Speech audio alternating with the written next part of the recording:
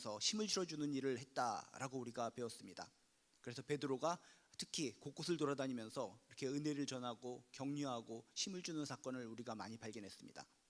그러는 가운데 오늘은 욥바라고 하는 항구 도시에서 일어나는 사건입니다.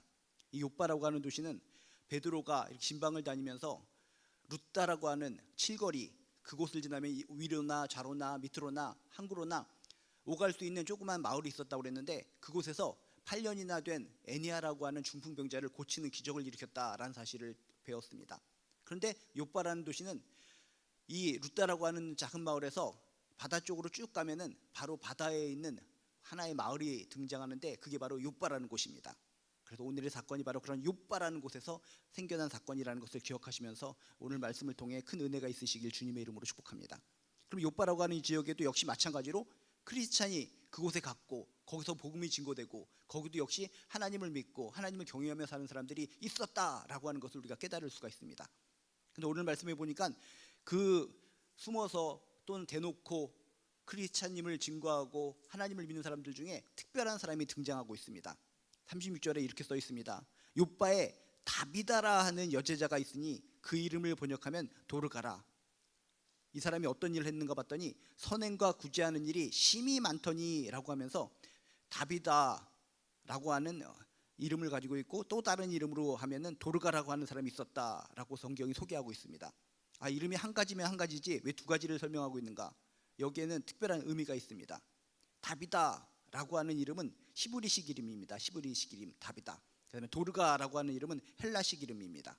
그래서 제가 지난번에 말씀드렸다시피 사울이 회심해서 바울이 됐다라고 해서 이름을 바꾼 것이 아니라, 이 바울처럼 계속적으로 유대에 살았던 사람이 아니라 이방 세계에서 떠돌다가 유대인이어서 예루살렘으로 들어온 사람이 헬라파 유대인이라고 그랬죠. 그래서 이런 사람들은 해외에서 돌아다니면서 살다 보니까 유대교적인 이름도 하나 가지고 있고 해외에서 통할 수 있는 이름도 하나를 가지고 있어서 대체적으로 두 개를 가지고 있었다. 근데 사울이라는 사람이 이렇게 자신의 이름을 가지고 유대교를 열심히 믿고 전파하다가 예수를 믿고 이방인 선교로 부름받으면서 본격적으로 이방인 선교를 할 때 그들에게 통할 수 있는 이름, 유대교적인 이름 사울이 아니라 바울이라는 이름을 통해서 더욱더 활약을 하고 활동을 했다라고 하는 것을 지난번에 말씀드렸습니다. 그런데 마찬가지입니다. 이 사람이 다비다라는 이름하고 도르가라는 이름을 두 가지를 가진 이유는, 이 사람도 바로 유대 사람으로서 계속적으로 예루살렘에서만 있었던 사람이 아니라 해외를 갔다 떠돌아다니면서 힘들게 신앙생활을 하고 힘들게 모든 것을 모진 고통을 겪어온 사람, 바로 헬라파 유대인이라는 것을 입증하고 있다는 것입니다.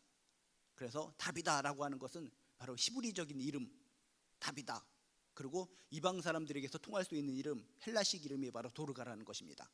그래서 이름이 이렇게 여러 가지 사울이나 바울이나 다비다나 이렇게 도르가나 이름이 두 가지씩 있는데 뭐 헷갈리다라고 하시는 분은 그냥 간단하게 생각하시면 됩니다. 이렇게 유대의 정통 속에서 나타난 이름, 그런 유대교적인 전통의 이름은 좀 약간 딱딱합니다. 뭐 사울, 다비다 딱딱한데, 이방 세계로 오면서 헬라식 이름은 혓바닥을 조금 굴리면 됩니다. 그래서 바울 사울이 아니라 바울. 그다음 다비다도 딱딱한 게 아니라 혓바닥을 굴려서 도르가 이런 식으로 여러분이 기억하시면 그렇구나. 이렇게 유대교식 이름, 히브리식 이름은 좀 딱딱한 것이고, 이렇게 혓바닥을 굴려서 떼굴떼굴 굴리면은 그게 이방적인 헬라식 이름이구나라고 여러분이 기억하시면 됩니다. 그래서 어쨌든 이렇게 이름을 두 가지를 가졌다는 사실은 바로 이 다비다라고 하는 도르가라고 하는 사람이 바로 헬라파 유대인으로서 엄청나게 많은 고초를 겪고 힘든 상황 속에서도 예수를 믿은 사람이다라고 하는 것을 짐작할 수 있다는 것입니다. 노예 생활도 하고 정말 이곳저곳 쫓겨다니면서 힘들게 눈겹게 태양살이를 한 사람, 태양살이 가운데 예수를 믿어서 예수 때문에 정말 아름답게 존귀하게 살아간 사람, 그 사람이 바로 다비다라고도 하는 도르가라라고 하는 이름을 가진 사람이 바로 이 여자였다라는 것을 알 수가 있다는 것입니다. 혼자 너무나 힘들고 어렵게 살면 남을 도울 수가 없습니다. 그렇죠? 우리가 나도 살기도 힘들어 죽겠는데 남을 도울 수 있겠습니까? 내가 좀 편안하고 넉넉해야지 남을 도울 수 있는 마음이 생기는 것이지, 내가 극심한 고통과 힘들고 어려움이 있다면 남을 도울 수 있는 마음이 생기지가 않습니다. 그런데 이렇게 헬라파 유대인으로서 힘들게 어렵게 살아온 그것도 남성이 아니라 그 시대의 여인으로서 너무나 힘들게 살았을 텐데, 이분은 선행과 구제하는 일이 심히 많다라고 성경이 소개하고 있다는 것입니다. 예수를 믿어서 예수님을 통해서 아 그렇구나, 내가 지금 이렇게 노예 생활도 하고 쫓겨다니면서 힘들게 살아가고 여인으로서 너무나 이런 세파 속에서 어렵게 힘들게 살아갔지만, 하나님을 믿고 예수님을 믿는 사람으로서, 구원을 내가 아는 사람으로서 나만을 위해서 살아가면 안 되지 하면서 주변에 있는 자신과 같이 힘든 여인들을 위해서 선행과 구제를 베풀었다라고 성경은 소개하고 있다는 것입니다. 나중에 보면은 이렇게 그 대상이 과부들이었다라고 성경이 소개하고 있는데, 자신처럼 여인으로서 이방살이를 하면서 눈물게 힘들게 어렵게 살아가는 그분들을 위해서 정말 같은 심정으로 서로 간에 격려하면서 서로 기도하고 도닥거리고 하나님 나라를 위해서 나갔다, 그런 사람이 바로 이런 다비다라는 사람이었다라고 하는 것을 성경을 통해서 알고 있습니다. 이 정도만 알면 우리는 인간적으로 생각합니다. 하나님 참 귀한 사람입니다. 그렇게 타향살이를 하면서 어려움을 겪으면서 여인으로서 정말 어렵게 살았을 텐데, 자신만을 위해 산 것이 아니라 예수를 믿어서 하나님을 믿어서 주변 사람을 섬기면서 이렇게 아름답게 선행과 구제 속에 살아왔군요. 이 사람의 인생은 해피엔딩이 되어야 됩니다. 정말 건강하게 힘있게 오래 살아야 됩니다 라고 하는 것이 인간적으로 믿는 사람들의 보통적인 생각이 돼야 됩니다. 근데 성경이 보니까 이렇게 열심히 남을 섬기고 봉사하며 살다가 행복하게 기쁨으로 충만하게 살았습니다 라고 성경이 이어져야 될 것 같은데, 성경은 역사적인 현실을 이야기하고 있는 것이기 때문에 실제적인 상황을 우리에게 이렇게 증거하고 있습니다. 뭐라고 증거합니까? 37절에 보니까 그렇게 아름답게 신앙생활하면서 열심히 섬기면서 살았는데 그때 병들어 죽었다라고 성경에 써 있습니다. 충격적이지 않습니까? 하나님 믿고 예수 안에서 정말 자신도 살기 힘든 과정 속에서도 주변 사람들을 위해서 열심히 섬기며 행복하게 살았는데 왜 이 사람이 갑자기 죽느냐? 속상합니다. 하나님이 이게 뭡니까?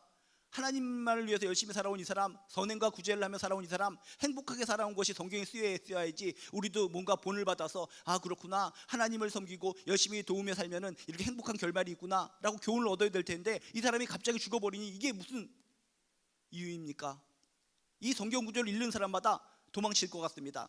아 하나님 믿고 열심히 섬기며 살면 이렇게 금방 죽어버리는구나, 이런 결론이 도달되면 이거 은혜가 깎여지는 거 아닙니까? 속상한 거 아닙니까? 근데 성경은 소설이 아니라 환상이 아니라 정확한 역사적인 사실이기 때문에 역사적인 사실을 그대로 이야기하고 있습니다. 이렇게 병들어 죽은 상태, 낭망의 상태, 정말 눈물이 막 흘러내리는 상태, 이렇게 선하게 예수 중심으로 오직 섬기면서 살아온 사람인데 왜 이 사람이 죽어야 되는가? 젊은 나이에 우리들을 위해서 너무나 열심히 헌신을 했기 때문에 정말 몸과 마음이 피폐된 가운데 정말 너무나 피로가 겹치고 겹쳐서 쓰러져서 죽은 것이 아닌가?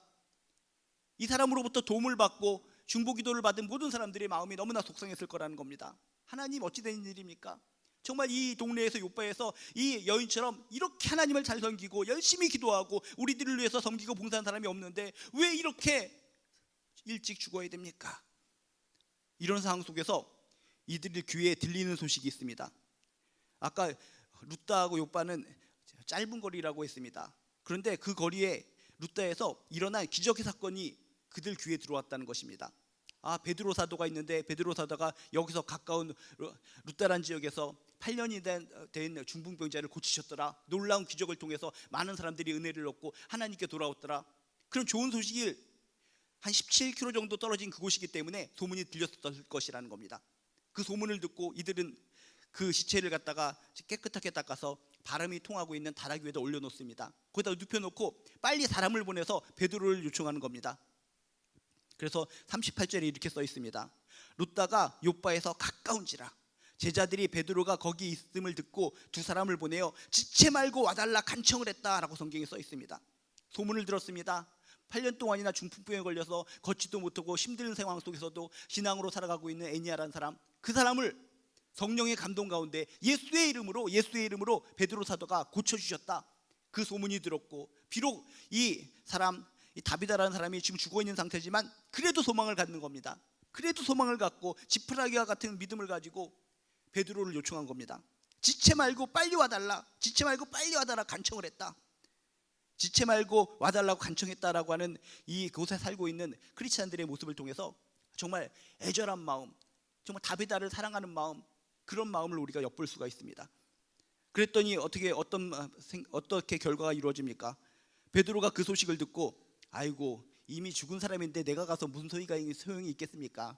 나중에 장례잔치 치른 다음에 나중에 나게 가보도록 하겠습니다. 이렇게 얘기한 것이 아니라 베드로가 그 급박한 소식, 애절하게 눈물을 흘리면서 빨리 와주세요, 빨리 와주세요 하는 그런 애절한 소식을 듣고 베드로는 즉각적으로 17km 정도 되는 거리를 갖다가 뛰어 달려갔다는 것입니다. 그랬더니 어떤 일이 벌어집니까? 39절에 보니까 이렇게 써 있습니다. 모든 과부가 베드로 곁에 서서 울면서 이 다비다 도르가가 그들과 함께 있을 때에 지은 속옷과 겉옷을 다 내보였다라고 성경에 써 있습니다. 모든 과부들이, 그로부터 도움을 받은 모든 사람들이 그 시체 곁에 서서 눈물을 흘리고 있는 겁니다. 우리들을 위해서 얼마나 애썼던가. 애썼던 증거를 갖다가 그동안 지었던 속옷과 겉옷을 보여주면서 베드로에게 설명했다는 것입니다. 지금 이렇게 누워있고 잠자듯이 죽어있는 이 도르가라는 사람은 정말 예수 잘 믿은 사람입니다. 하나님 믿고 나서 더욱더 인생을 하나님을 향해서 헌신하고 기도하고 같은 신세인 우리와 같은 과부들을 위해서 정말 모든 것을 봉사하고 섬겼던 귀하신 분입니다. 증거품이 이겁니다 하면서 속옷과 겉옷을 보여주었다는 것입니다. 당시에 옷이라는 것은 매우 귀중한 것을 상징합니다.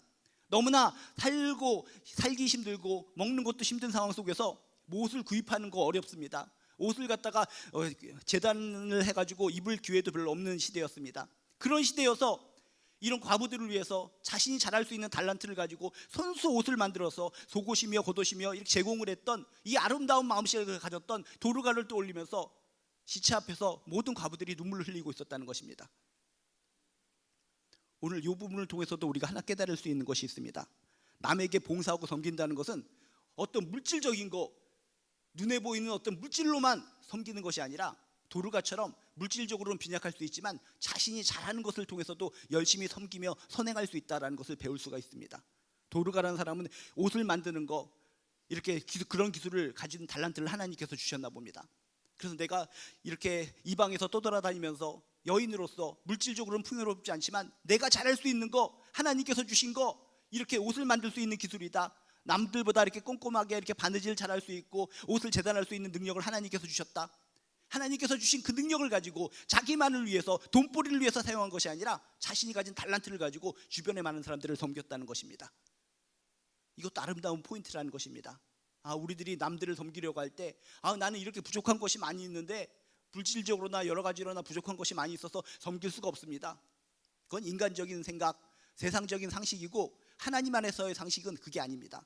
하나님께서 우리들에게 모든 달란트를 주셨고 그 달란트가 정말 우리들을 지체들을 위해서 하나님의 영광을 위해서 쓰여진다면 그것이 바로 은사가 되는 것인데, 하나님께서 주신 은사, 이렇게 뭔가를 갖다가 꼬매기를 잘하는 은사를 가졌다면 그것을 통해서 옷을 만들어서 섬길 수 있는 것이고, 누군가 노래를 잘할 수 있는 은사를 받았다면 그 노래하는 것을 통해서 남을 섬길 수 있는 것이고, 누군가를 갖다 잘 업을 수 있는 힘센 장사라면 그런 힘을 통해서 남을 갖다 섬길 수 있는 것이고, 요리를 잘하면 요리를 통해서 섬길 수 있는 것이고, 이렇게 즐거운 말을 잘할 수 있으면 즐거운 말을 통해서 섬길 수 있는 것이고, 앞장서서 싸울 수 있는 용기가 있으면 담대하게 세상 사람들 앞에서 우리 사람들을 지켜주기 위해서 담대한 용기로 나서는 것을 통해서 섬길 수가 있고, 하나님께서 많은 사람들에게 하나님을 섬기고 교회를 섬기고 지체들을 섬기기 위해서 은사를 부어주셨는데 그 각양각색의 은사를 통해서 우리는 섬길 수 있어야 된다는 것입니다.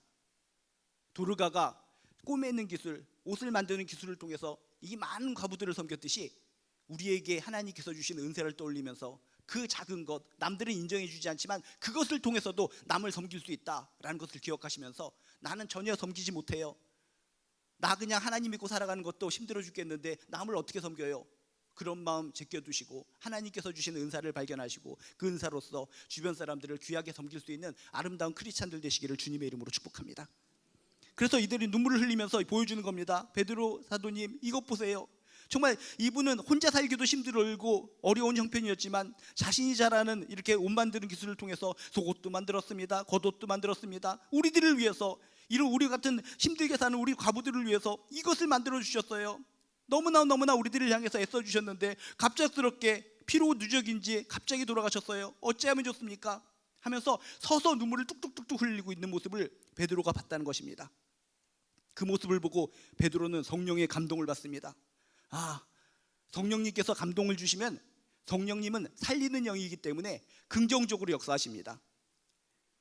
애니아라는 중풍병자를 만났을 때도 나는 이 중풍병자를 만나러 내 이 루다라는 곳에 온 곳이 아닌데 하나님의 감동을 주셔서 그 감동 가운데 예수의 이름으로 그 애니아라고 하는 중풍병자를 8년 만에 일어나게 만들었다고 하지 않았습니까? 근데 이번에 또 감동이 오는 겁니다.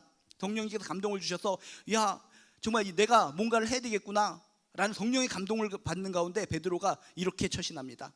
40절에 보니까 이렇게 써 있습니다. 베드로가 사람들을 다 내보내고 무릎을 꿇고 기도했다라고 성경에 써 있습니다. 사람을 다 내보내고 기도했다는 것은 무엇입니까?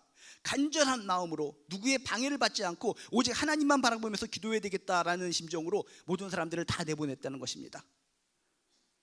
그래서 우리가 히스기야 왕의 기도도 그렇지 않습니까? 간절하게 애절하게 기도하기 위해서 모든 사람들을 다 물리치고 정말 벽을 바라보면서 애절하게 간절하게 기도했던 그 모습, 우리가 진짜 뭔가에 간섭받지 않고 간절하게 애절하게 기도하려면 이렇게 단독으로 하나님과 1대1로 맞서서 간절하게 기도할 때 더욱더 간절한 기도가 나오는 줄로 믿습니다. 그래서 주변에서 울고 있는 사람들 일단 다 나가십시오 하고 자기 혼자 하나님을 바라보면서 지금 기도하는 겁니다. 그리고 또 그냥 기도하는 것이 아니라 뭐라고 써 있는가? 무릎을 꿇고 기도했다라고 성경에 써 있습니다. 우리들이야 옛날 기도했을 때 신발 벗고 들어갔을 때니까 무릎 꿇고 기도하는 것이 당연하던 시절이 있었습니다. 근데 이 동네 사람들은 어떻습니까? 이 동네 사람들 여러분이 그 당시에 형편을 알면은 대부분이 기도하는 것이 뭡니까? 그냥 서서 기도하는 겁니다. 무릎 꿇을 수 있는 상황이 아닙니다. 그냥 의자에 앉아서 기도하든지 서서 기도하는 것이 기본입니다. 서서 기도한다고 그래서 의자에 앉아서 기도한다고 그래서 누가 뭐라고 하지 않습니다. 그렇죠? 지극히 당연한 거니까. 근데 무릎을 꿇고 기도했다는 것은 정말 힘든 겁니다. 어려운 겁니다. 그 당시 사람들이 그렇게 기도할 수 없는 상황입니다. 근데 베드로는 무릎을 꿇고 기도했다는 것은 어떤 것을 의미합니까? 진짜 간절하게 강력하게 하나님을 붙잡는 마음으로 기도했다라고 하는 것을 설명해 주고 있다는 것입니다. 긴급한 상황 속에, 어려운 상황 속에 우리에게도 필요한 것이 이런 애절하고 간절한 기도인 줄로 믿습니다. 베드로가 교만한 마음을 가지고 내가 조금 전에 저런 루다라는 곳에서 8년이나 된 중풍병자를 고쳤어, 난 대단한 사람이야 하면서 사람들이 다 있는 앞에서 보시오, 내가 놀라운 기적을 보이겠습니다 하고 많은 사람들 앞에서 쇼를 하듯이 일어나라 했으면은 기적도 일어나지 않을 뿐더러 베드로는 망하는 인생으로 하나님께 쓰임받지 못했을 것 같습니다. 근데 다 내보내고 이거 내가 하는 것이 아닙니다. 오직 하나님께서 하셨습니다. 중풍병자를 일으키신 것도 예수의 이름, 예수의 권능으로 일으켜 주셨는데 이번에도 비록 지금 죽은 상태의 몸 같지만 주님께서 함께해 주시면 하나님께서 어떤 능력이든지 보여주실 줄로 믿습니다. 그런 간절한 마음으로 기도했기 때문에 저절로 딱딱하고 울퉁불퉁한 그곳에 무릎을 꿇고 무릎에서 정말 피가 날 정도로 간절하게 애절하게 기도했다라고 성경은 소개하고 있다는 것입니다. 지금처럼 우리가 무릎을 꿇고 기도했다고 해서 이렇게 평평한 곳을 생각하면 안 됩니다. 그 당시에는 울퉁불퉁했습니다. 목 같은 것이 툭 튀어나왔습니다. 무릎 꿇고 기도하다 보면 피가 납니다. 그래서 여러분이 아시겠지만은 성경에 나오는 예수님의 동생 야고보는 얼마나 무릎 꿇고 기도했는지 별명이 낙타 무릎 아닙니까? 얼마나 무릎 꿇고 그냥 막 간절하게 기도하다 보니까 울퉁불퉁한 곳에서 그냥 이게 무릎이 찢겨서 피가 나고 해서 그 무릎이 낙타 무릎처럼 변했다라고 할 정도로 기도의 사람이었다. 그래서 야고보에 대해서 우리는 낙타 무릎이라는 별명을 지어주고 있습니다. 그런 것처럼 지금 베드로도 지금 무릎 꿇고 기도하면 가만히 기도하겠습니까? 여러분들도 기도할 때 보면은 막 엎드려서 기도하고 고개를 끄덕끄덕거리면서 하면은 온몸이 움직여집니다. 무릎에서 피가 나는 겁니다. 무릎이 저려오는 겁니다. 그런 상황 속에서도 애절하게 간절하게 기도했다라고 하는 것을 무릎을 꿇고 기도했다라는 단어를 통해서 발견할 수가 있습니다. 여러분, 우리들이 진실로 기도할 때 이런 간절함이 회복되시기를 주님의 이름으로 축복합니다. 사탄은 항상 우리들의 기도를 방해합니다. 형식에 머물러 있는 기도, 남들이 하니까 따라하는 기도, 어정쩡한 기도는 항상 사탄의 밥이 됩니다. 사탄이 밥이 되는 기도를 왜 하는 겁니까? 1초를 기도하든 10초를 기도하든 진정 애절한 상황이라면 정말 이렇게 무릎이 정말 피가 날 정도로 베드로의 모습을 떠올리면서 애절하게 간절하게 기도하는 기도의 신앙인 되시기를 주님의 이름으로 축복합니다. 엘리야라는 사람이 있습니다. 엘리야라는 사람이 나중에는 용기 있는 사람처럼 보였지만은 이세벨이라는 사람이 저 엘리야를 죽여버려라라고 명령한 소식이 귀에 들어오자 부들부들 떨립니다. 그리고 여자 이세벨 왕비가 무서워서 막 도망친 사람, 아이고 차라리 날 죽여주시옵소서, 내가 잡히면은 이세벨 왕비한테 얼마나 처참하게 죽을지 그 고통을 당하느니 차라리 그냥 이 순간에 간단하게 날 죽여주십시오 라고 요청했던 사람이 바로 엘리야입니다. 그런데 이 엘리야가 우리와 똑같은 성정을 가지고 있는 사람이지만 기도할 때 간절하게 기도하는 모습이 성경에 나옵니다. 머리를 무릎 사이에 놓고 7번이나 계속 기도를 했다. 얼마나 간절하게 기도했으면 머리를 무릎 사이에 넣었겠습니까? 집에 가서 한번 해보시기 바랍니다. 머리를 무릎 사이에 넣으려면 얼마나 애절하게 비틀비틀거리면서 간절히 기도해야 되는가. 그 정도로 두려움이 많고 겁이 많았던 엘리야가 기도를 했을 때, 머리를 무릎 사이에 놓고 7번이나 계속 기도했을 때 3년 6개월 동안 비가 오지 않게 되고, 또 다시 기도한 즉 하늘이 비를 주는 그 땅이 열매를 맺는 장면이 성경에 나오게 됩니다. 기도는 잘나고 용감한 자, 담대한 자, 똑똑한 자, 훌륭한 자가 하는 것이 아니라 이렇게 엘리야처럼 겁이 많은 사람이라 할지라도, 실패가 많은 사람이라 할지라도 누구나 할 수 있는 것이 기도인 것을 발견하시기를 주님의 이름으로 축복합니다. 베드로라는 사람이 어떤 사람입니까? 다혈질입니다. 그렇죠. 예수님도 부인하기도 했습니다. 성경 곳곳을 볼 때마다 아이고 요 행동들은 정말 잘못된 것들이 많아, 지적받을 것이 많은 인물입니다. 그런 베드로를 할지라도 주를 믿기에, 하나님을 믿기에 애절하게 기도할 때는 성령 받은 사람으로서 무릎이 까질 정도로, 피가 터질 정도로 무릎을 꿇고 애절하게 기도했다는 것을 기억하시면서 에휴, 나처럼 부족한 사람은 기도 안 됩니다. 난 실수 많고 부족하고 아유, 나 같은 사람은 기도 안 해요, 못해요, 이런 마음들 접어두시고 연약하고 부족하고 겁 많은 엘리야의 기도를 통해서, 베드로의 기도를 통해서 응답하신 그 하나님이 우리들의 작은 몸이지만 애절한 기도를 응답하여 주셔서 놀라운 기적을 보여주실 줄로 믿습니다. 그렇게 애절하게 기도를 했습니다. 그렇게 기도를 하는 가운데 성령님의 감동이 있으셨나 봅니다. 그래서 성경에 보니까 이렇게 써 있습니다. 기도를 하다가 뜨거운 마음을 가진 가운데 돌이켜 시체를 향하여 이르되 다비다야 일어나라 라고 외칩니다. 다비다야 일어나라 하니까 어떤 일이 벌어집니까? 그가 눈을 번쩍 떠서 베드로를 보고 일어나 앉았다라고 성경에 써 있습니다. 이게 성경에 간단하게 나왔으니까 그런가 보다 아멘 할렐루야 할 수 있겠지만 그 당시 상황을 떠올려 보시기 바랍니다. 그 다락방에 다 내보냈기 때문에 어두컴컴한 다락방에 아무도 없이 시체하고 베드로만 단독으로 있는 상황입니다. 그런 상황 속에서 시체를 향해서 얘기하는 겁니다. 다비다야 일어나라. 그랬더니 갑자기 벌떡 일어나서 눈을 껌뻑껌뻑거리면서 베드로 까꿍 이렇게 나옵니다. 여러분, 보통 사람이면 어떻게 되는 겁니까? 시체가 벌떡 일어나서 눈을 뚜렷하게 쳐다보면 기절의 정상입니다. 원래대로 하면은 벌떡 일어나서 눈을 떠서 베드로를 봤을 때 베드로는 기절을 했더라, 이렇게 해놔야 정상인데 성경에 보니까 기절했다는 내용이 써있지가 않습니다. 이건 뭡니까? 일어나라, 일어날 줄로 믿습니다, 살아날 줄로 믿습니다 라고 간절하게 기도했는데 그냥 의심이 섞여서 기도한 것이 아니라 진짜 살아나기를 바라는 마음으로 진실되게 기도했기 때문에 시체가 벌떡 일어났을 때 기절하지 않고 까무러치지 않고 서로 마주 볼 수 있었다는 것입니다. 우리들의 기도는 어떻습니까? 기도를 하면서도 아이고 그냥 기대 반, 그냥 의심 반, 이런 식으로 기도하면은 결국 기도 제목이 응답받지 않았을 때 그럴 줄 알았어, 하나님 괜찮습니다, 이 정도는 뭐 응답받지 않아도 되죠, 이렇게 그냥 넘어갈 수 있는 겁니다. 근데 애절하게 진실되게 간절하게 기도하면은 진정 우리가 어떤 상황 속에서도 반드시 응답될 것이다, 반드시 응답될 것이다 라는 기도 가운데 반드시 응답받을 것이고, 기도 응답에 대해서 우리는 놀라 자빠지지 않고 감사한 마음으로 받게 될 줄로 믿습니다. 그래서 베드로는 다비다야 일어나라 라고 외치는 가운데 진짜 눈을 번쩍 떠서 벌떡 일어나서 베드로를 빤히 바라봤을 때 기절초풍한 것이 아니라 감사한 마음으로 하나님께 영광 돌릴 수 있었다는 것입니다. 그런데 오늘의 이 장면을 보면 어떤 장면하고 많이 비슷하게 느껴집니다. 사람들을 다 내보냈다라는 내용하고 다비다야 일어나라 라고 했던 내용하고 어디서 많이 들어보고 본 것 같습니다. 이게 어떤 내용입니까? 예수님이 했던 기적하고 유사하다는 것입니다. 예수님이 어떤 기적을 행하셨습니까? 죽은 야이로 회당장의 딸을 일으킨 장면을 떠올리지 않습니까? 야이로 회당장의 딸이 죽어있는 상태에서 많은 사람들이 울고불고 난리를 치니까 다 나가 있으라 라고 한 다음에 그 아이를 향해서 뭐라고 이야기합니까? 이 아이야 일어나라 달리다고 하시지 않습니까? 근데 그 장면하고 이거하고 많이 유사하다는 것입니다. 많이 유사하다는 것은 뭘 뜻하는 것입니까? 베드로가 그 당시 상황을 주변에서 지켜보면서 예수님의 상황을 떠올렸다는 것입니다. 그때 그 당시 상황을 난 기억한다, 예수님과 동고동락하는 가운데 야이로 회당장의 딸을 고치신 사건, 죽은 아이를 살리신 사건, 그 당시에도 사람들을 내보내고 간절하게 기도하는 가운데 일어나라 달리다고 했을 때 그 아이가 벌떡 일어났지. 그때를 떠올렸다는 것입니다. 은혜의 순간, 기적의 순간을 떠올렸다는 것입니다. 떠올리는 것을 통해서 예수님이 했던 것 같은 것을 똑같이 행하는 것을 통해서 놀라운 기적의 주인공이 될 수 있었다는 것입니다. 맞습니다. 우리들이 이렇게 기적의 주인공이 되기 위해서 필요한 것은 무엇인가? 과거에 일어났던 은혜의 순간을 항상 떠올릴 수 있어야 된다는 것입니다. 베드로가 이 기도하는 순간에도 예수님이 행했던 그 기적을 떠올리지 못했다면 기도나 그냥 100시간 1000시간 하다가 아이고 기도 열심히 했습니다 하고 끝났을지 모릅니다.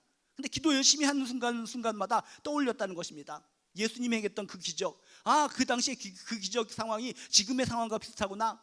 그 당시 상황을 떠올리면서 놀라운 기적의 주인공으로 변모했는 줄로 믿습니다. 우리도 기적의 주인공이 되기 위해서는 떠올려야 됩니다. 은혜의 순간을 떠올려야 됩니다. 기적의 순간을 떠올려야 됩니다. 예수님이 행했던 그 순간을 기억해야 됩니다. 떠올린다는 거, 기억한다는 거, 그것이 기적의 시발점이 되고 시초가 된다는 것을 믿으시길 주님의 이름으로 축복합니다. 그때의 기적이 떠올리면 베드로처럼 더욱더 강력하게 기도가 나온다는 것입니다. 그냥 기도하려고 그러면은 낙해 해주세요. 기도가 잘 안 됩니다. 근데 떠올리는 겁니다. 10년 전에 내가 그렇게 병에 걸려서 고생하고 눈물 흘리고 쓰러져 있을 때 기도 가운데 날 이렇게 세워주셨지, 치유해 주셨지. 그 당시를 기억하고 떠올리는 겁니다. 그 당시 상황을 기억하고 떠올리는 가운데 기도하면 어떻게 되겠습니까? 더욱더 힘이 납니다. 능력이 생깁니다. 강력하게 기도를 하게 됩니다. 그리고 그 당시처럼 또 치유를 받게 되는 겁니다.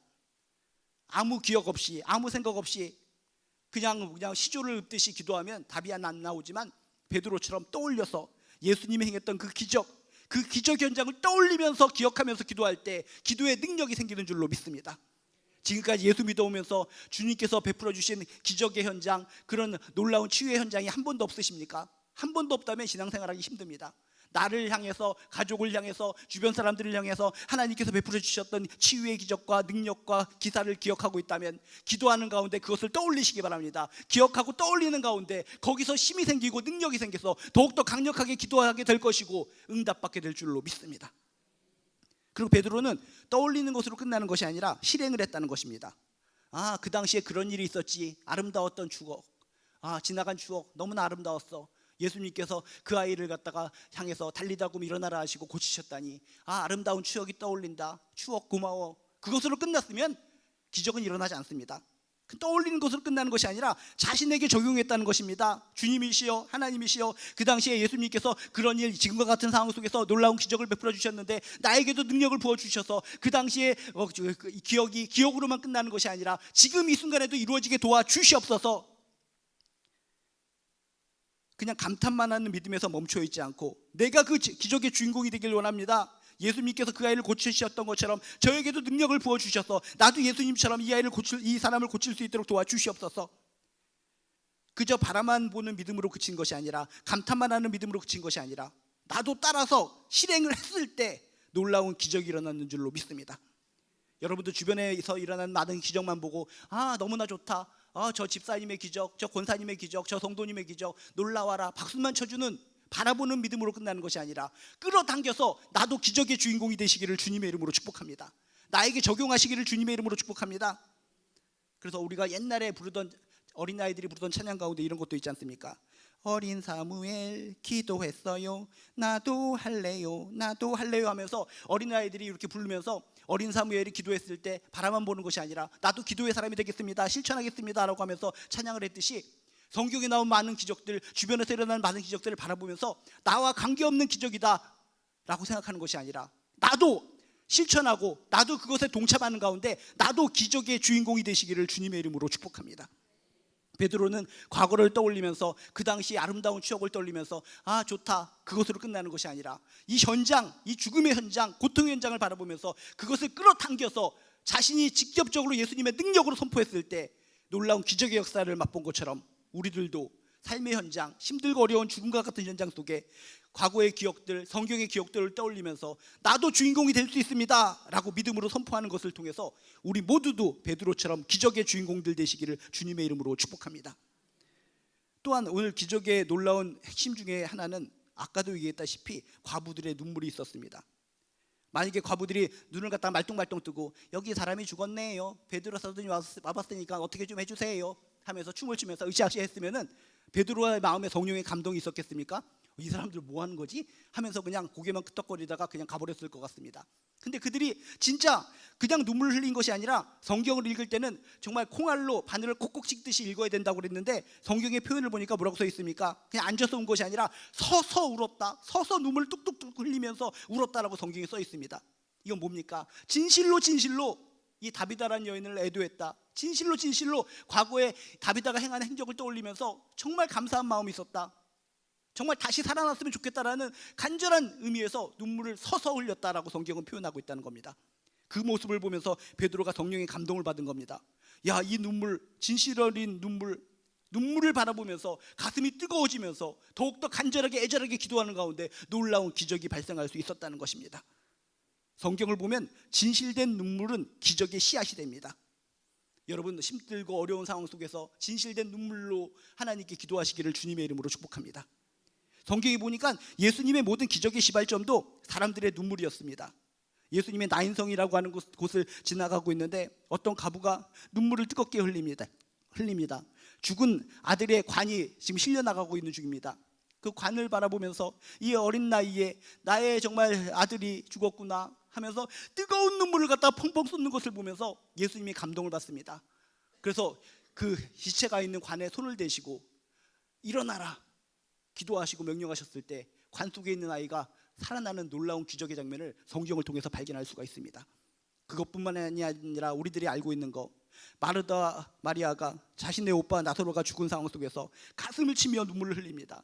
정말 사랑하는 우리 오빠가 왜 이렇게 하나님도 잘 믿고 예수 믿는 가운데 이렇게 죽었나요? 가슴을 치면서 눈물을 뚝뚝뚝 흘리고 있을 때 그 마르다와 마리아의 가슴을 치는 눈물을 보고 예수님께서 감동하신 가운데 그 오빠 나사로를 살리는 기적이 성경에 나오고 있습니다. 성경의 하나하나의 요소마다 눈물, 뜨거운 눈물, 진실된 눈물, 간절한 눈물, 애절한 눈물방울이 있을 때마다 기적이 시초가 되고 기적이 이루어지는 하나의 출발점이 되었다라고 하는 것을 꼭 명심하시기를 주님의 이름으로 축복합니다. 그래서 해피엔딩으로 오늘 말씀은 결말을 맺습니다. 41절 42절에 보면 이런 내용이 나옵니다. 베드로가 손을 내밀어 일으키고 성도들과 과부들을 불러들여 그가 살아난 것을 보이니 온 요파 사람이 알고 많은 사람이 주를 믿더라. 아주 행복한 결말, 해피엔딩이라는 것입니다. 중간 과정은 슬픔입니다.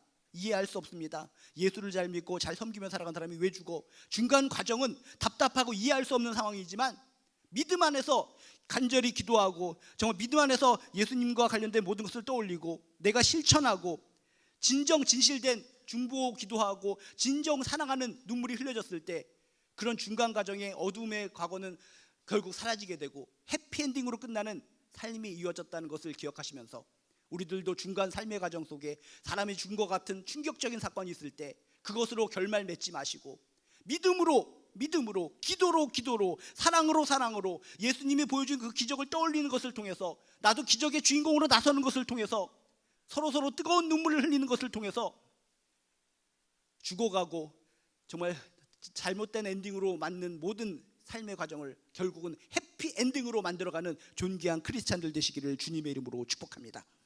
오늘의 이야기를 통해서 그렇구나, 인생은 현실적으로 죽고 싶은 일, 죽은 일, 답답한 일, 속상한 일이 많이 있지만 그것으로 끝나버리면 안 됩니다. 믿음으로 결국 극복하고 이겨서 해피엔딩으로 만들어야 되겠구나 라고 하는 교훈을 얻으셔서 모든 분들 지금의 슬픈 상황 그것으로 엔딩하지 마시고 뒤집어서 하나님께서 주시는 역전의 인생, 해피엔딩의 인생으로 만들어 가시기를 주님의 이름으로 축복합니다. 기도하시겠습니다. 하나님, 성경에 있는 이야기를 읽을 때마다 남의 이야기가 아니라 나의 이야기요, 현실적인 이야기로 받아들이게 도와주시옵소서. 오늘의 이렇게 영화 같은 이야기를 하나하나 체크해 보면서 마음속에 뜨거운 성령의 감동이입니다. 나도 할 수 있구나, 나도 하나님의 자녀구나, 베드로가 하고 엘리야가 한 것처럼 나도 기도할 수 있구나, 기적의 주인공이 바로 내가 될 수 있구나. 우리들의 진실된 기도와 진실한 눈물 가운데 기적이 이 시대에도 발생할 수 있구나 라고 하는 것을 깨닫고 실천하고 누리고 간증하고 하나님께 영광 돌리는 우리들 될 수 있도록 도와주시옵소서. 감사드리며 예수님의 이름으로 기도드리옵나이다. 몇 가지 공지사항 알려드리도록 하겠습니다.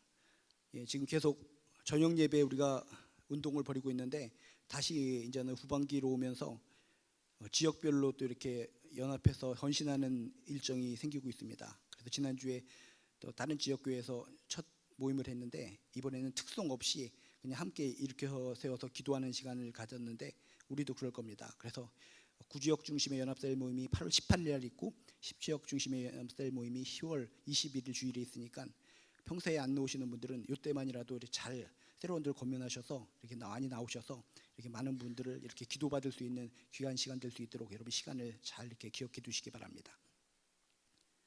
그리고 큐티 사랑방은 2달간 휴강하고 그다음에 작년 큐티 바캉스가 있는데 작년 매년 해오셨지만은 이게 한 주간 동안에 오전에 하기 때문에 저희 수요 예배랑 겹치게 됩니다. 그래서 이번에도 큐티 바캉스 그 중간에 우리 수요 예배와 함께 더불어 한다라고 하는 거 기억해 두시면 좋을 것 같습니다. 그리고 사역박람회가 지난번에 장마 때문에 연기됐는데 7월 14일 주일에 마당에서 사역박람회가 있다라고 하는 것도 기억해 두시기 바랍니다. 그리고 지금 아까 기도에도 말씀해 주셨지만 여름이기 때문에 여름 행사가 계속 진행되고 있습니다.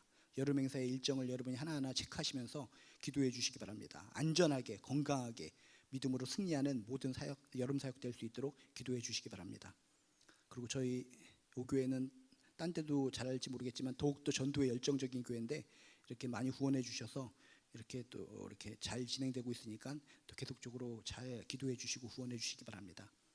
그리고 계속 아프신 분들이 나오는데 이렇게 이가빈 집사님의 남편분이 또 수술 받으셨고 박정희 원사님이 계속 입원을 반복하시고 김나래 집사님 또 이렇게 또 수술 받고 회복 중에 계시고 이외에도 많은 분들이 기도 제목이 있는데 기억하시면서 기도할 때 정말 진실된 눈물로 기도할 때 반드시 응답받아서 우리는 간증의 주인공이 되실 줄로 믿습니다.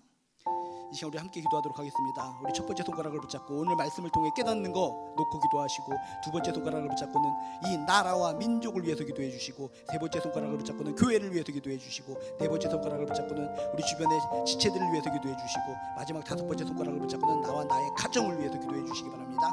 주여 한번 부르시고 함께 기도하도록 하겠습니다. 주여 하나님 아버지, 하나님 내 말씀은 현실입니다. 하나님의 말씀을 현실적인 차원에서 읽고 묵상하는 가운데 우리 현실 속에 적용할 수 있는 줄로 믿습니다. 하나님의 말씀이 그냥 하늘에 뜬 뜬구름 같은 것을 묵혀지면은 야 그냥 좋은 내용이네, 저 사람들은 좋겠네, 성경에 나오는 주인공들은 좋겠네 라고 끝나버릴 수 있지만 하나님은 그걸 원하시지 않습니다. 우리들의 삶의 현장에 적용되길 원하십니다. 예수님이 행했던 기적, 베드로가 행했던 기적이 이 시대에도 나타나길 원하십니다. 믿음으로 받아들이게 하시고 그저 손가락만 말며 바라보는 믿음으로 끝나는 것이 아니라 우리들도 그 믿음과 그 당시의 모든 것을 받아들여 나도 믿음의 주인공이야, 나도 기적의 주인공이 될 수 있도록 주여 도와주시옵소서. 하나님 간절히 원합니다. 주여 이대로 무너질 수는 없습니다. 이대로 불행한 결말로 끝낼 수는 없습니다.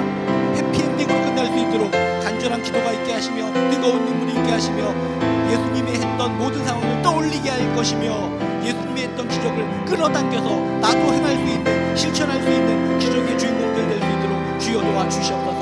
바라보는 믿음으로 끝난 것이 아니라 나도 행하는 믿음, 실천하는 믿음을 통해서 나도 기적의 주인공이 될 수 있구나, 나의 기도를 통해서도 기적이 일어나는 것이구나, 부족한 나를 통해서도 하나님께서 역사해 주시는구나 깨닫고 체험할 수 있도록 주여 도와주시옵소서.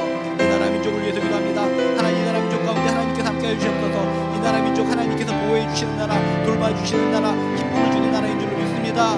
이 나라를 세워주시고 지금까지 오게 하셨사오니 주여 이 나라 끝까지 살려주시옵소서. 전쟁의 소문이 사라지게 하여 주시옵소서. 완악한 그 지도자들의 마음속에 하나님께서 주시는 평강의 마음과 평화의 마음을 부어주셔서 이 땅에 전쟁이 일어나지 않고 평화만 일어날 수 있는 나라 민족 될 수 있도록 도와주시옵소서. 하나님의 은혜가 임합니다. 하나님의 사랑이 임합니다. 하나님의 권능이 임합니다. 날마다 하나님께서 지켜주시고 돌봐주시는 귀한 이 나라와 민족 될 수 있도록 주여 도와주시옵소서. 이 나라 하나님이 도와주셔야 온전하게 살아갑니다. 우리 자자손손이 살아가야 될 나라입니다. 우리 자자손손이 살아가야 될 귀한 나라 하나님께서 지켜주시고 돌봐주실 줄 믿습니다. 교회 가운데 함께해 주셔서 교회에서 행하는 모든 일들이 있습니다. 교회에서 행하는 모든 일들이 세상을 따라가는 일들이 아니라 정말 하나님의 마음을 시원케 하고 하나님의 계획을 이루는 모든 일들이 될 수 있도록 도와주시옵소서.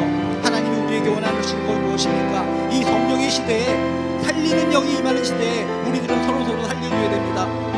이 땅에 많은 교회들이 무너지는 이유는 무엇입니까? 살리는 성령의 영이 임하는 교회가 되어야 되는데 죽음의 영이 임해서 그 모든 사람들에게 죽음을 던져주는 것 가운데 교회들이 무너지고 있습니다. 우리 교회는 정말 목사님들로부터 모든 성도들이 살리는 영, 성령이 임하시는 곳으로 말미암아 서로 살려주는 교회가 될 수 있도록 주여 도와주시옵소서. 모든 계급이나 모든 것은 없는 겁니다. 오직 하나님 안에서 하나님의 형상으로 바라보는 교회가 될 수 있도록 도와주시옵소서. 믿음이 이깁니다. 사랑이 이깁니다. 눈물이 이깁니다. 뜨거운 눈물 가운데 기적의 주인공들 될 수 있도록 주여 도와주시옵소서. 하늘을 여셔서 비가 내리게도 하시고 비를 끊게도 하시는 분이 하나님이신 줄로 믿습니다. 엘리야처럼 겁쟁이를 통해서도 그가 기도했을 때 놀라운 기적의 역사가 나는 줄로 믿습니다. 나는 겁쟁이고 부족하고 연약할지 몰라도 그래도 기도할 수 있는 마음으로 허락해 주셨다니 그럼에도 불구하고 기도할 때 놀라운 기적의 역사가 날 줄로 믿습니다. 도와주시옵소서. 우리들의 지체들을 위해서 기도합니다. 우리들의 지체들이 수술받고 회복 중에 있습니다. 지금도 너무나 아파서 고통 중에 있습니다. 삶을 포기하려는 마음도 있습니다. 절대로 삶을 포기하지 않게 하여 주셔서 끝까지 하나님께서 주시는 생명력으로 기적의 힘으로 살아가게 도와주시옵소서. 하루하루 살아가는 것이 기적의 힘입니다. 오늘 살아가는 거 기적인 줄로 믿습니다. 오늘 웃을 수 있는 거 기적인 줄로 믿습니다. 저희들 지체들 하루하루 살아가는 거 오늘 하루가 인생의 마지막이라는 생각으로 하나님의 은혜 받아 살아갈 수 있도록 도와주시옵소서. 한 시간을 살아도 하루를 살아도 몇 초를 살아도 하나님의 은혜로 깨달으며 감사하며 살아간다면 그것이 기쁨이요 능력인 줄로 믿습니다. 도와주시옵소서.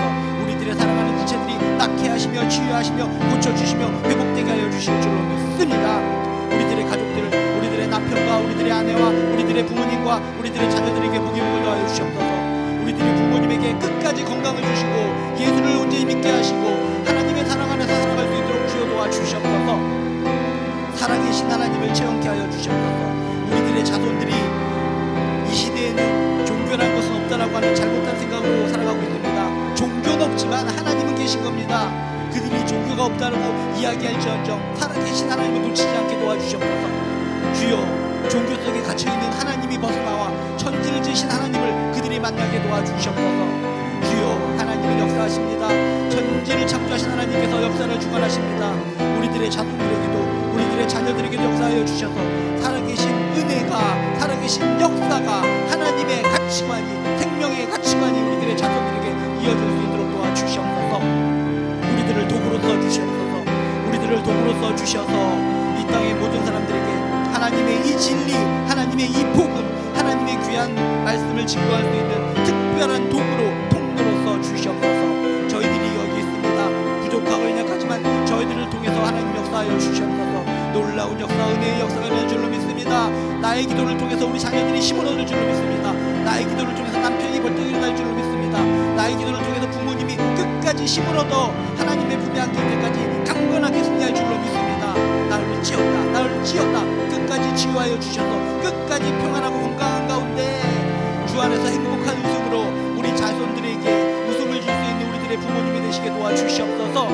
끝까지 평안 건강 능력을 부어주실 줄로 믿습니다. 나이가 많고 적음이 문제가 되지 않습니다. 하나님 앞에서는 100세 되는 노인도 춤을 출 수 있는 겁니다. 주여 모든 분들에게 강력한 은혜와 건강을 부어주시옵소서. 머리에 심장에 소화기관에 저희들의 모든 기관에 역사하여 주셔서 활력을 가지고 세포가 활성화되어서 끝까지 기쁨을 누리며 행복하다가 하나님의 품에 안길 수 있도록 끝까지 지켜주시고 돌봐주시옵소서. 어린아이로부터 모든 분들 하나님께서 함께하여 주셔서 하나님의 사랑의 능력과 하나님의 기쁨의 능력으로 살아갈 수 있는 우리들 될 수 있도록 주여 도와주시옵소서. 복이 있으리라 하나님께서 약속해 주셨사오니 우리들의 모든 가족들 복이 있는 가운데 은혜가 있는 가운데 주여 충만함으로 승리할 수 있도록 주여 도와주시옵소서. 예수의 이름으로 승리하는 우리들 될 수 있도록 도와주시옵소서. 하나님은 이 시대에도 살아서 역사하시는 분이신 줄로 믿습니다. 이 시대에 많은 크리스찬들이 기도는 하지만 살아계신 하나님께 기도하는 것이 아니라 그냥 액자에 갇혀있는 하나님을 향해 기도하는 듯 그런 형식적인 기도에 멈출 때가 많이 있습니다. 우리들은 깨어서 살아계신 하나님을 바라보게 하시고 주님께서 베풀어 주셨던 모든 기적들 초대교회로부터 지금까지 오기까지의 모든 하나님의 행적들을 떠올리며 생동감 있게 기도하게 도와주시옵소서. 이 시대에도 동일하게 기적이 일어나고 치유가 일어나고 능력이 일어나는 줄로 믿습니다. 이 시대에는 아무 능력이 일어나지 않는다는 마음으로 기도하면 얼마나 허망합니까? 주님께서 베풀어 주셨던 모든 기억들을 떠올리면서, 생생하게 떠올리면서 나도 할 수 있습니다, 나도 할 수 있습니다라는 마음으로 기도하는 가운데 기도에 응답받고 기적의 주인공들 되게 도와주시옵소서. 우리 가족 중에, 우리 지체 중에 아픈 사람들이 많이 있습니다. 친히 어루만져 주셔서 치유하여 주시옵시고, 치유받음을 통해서 우리와 동일하게 하나님께 영광 돌릴 수 있도록 역사하여 주시옵소서. 우리 가족들에게도 함께하여 주셔서 힘들고 지치고 낭망하는 우리의 가족들을 의의 오른손으로 붙잡아 주셔서 힘있게 강건하게 미래의 주인공들 될 수 있도록 도와주시옵소서. 지금도 아픈 분이 있거든 지금 이 순간 안수하여 주셔서 예수님이 행하신 기적을 다 떠올리게 하시고 그 기적이 주인공이 바로 나라는 생각으로 기도하게 도와주시옵소서. 주님께서 베풀어 주셨던 기적을 떠올립니다. 우리 각자가 떠올리는 그 기억들을 땡겨서 바라만 보는 믿음으로 아니라 나에게 적용시키는 믿음을 통해서 내가 기적의 주인공들 되게 도와주시옵소서. 우리 몸 안에 있는 아픈 것들이 깨끗하게 치유받게 도와주시옵소서. 머리부터 발끝까지 주님께서 안수하여 주셔서 예수 그리스도의 보혈의 피를 흘려 주셔서 저희 몸 안에 일어나는 잘못된 증상들이 깨끗하게 치유받을 수 있도록 도와주시옵소서. 근육의 문제를 해결해 주시고, 심장의 문제를 해결해 주시고, 소화기관의 문제, 뇌의 문제, 여성기관의 문제, 뼈의 문제, 인대의 문제, 관절의 문제, 모든 문제를 주여 붙잡아 주셔서 혈관을 깨끗하게 하여 주셔서 혈압을 낮춰 주셔서 눈, 코, 입, 귀, 피부 모든 것을 어루만져 주셔서 주가 주신 활력으로 건강함으로 더욱더 섬기며 하나님께 영광 돌리며 하나님 나라를 위해서 살아갈 수 있는 우리들 되게 도와주시옵소서. 살아계신 하나님의 손을 꼭 붙잡고 담대하게 생동감 있게 역동강 영역을 가지고 살아갈 수 있는 우리들 될 수 있도록 축복하여 주시옵소서. 이제는 우리 주 예수 그리스도의 은혜와 하나님의 극진하신 사랑과 성령님의 감화감동 역사하심이 하나님으로부터 큰 힘과 능력을 얻어서 날마다 기적을 보며 승리하며 살기를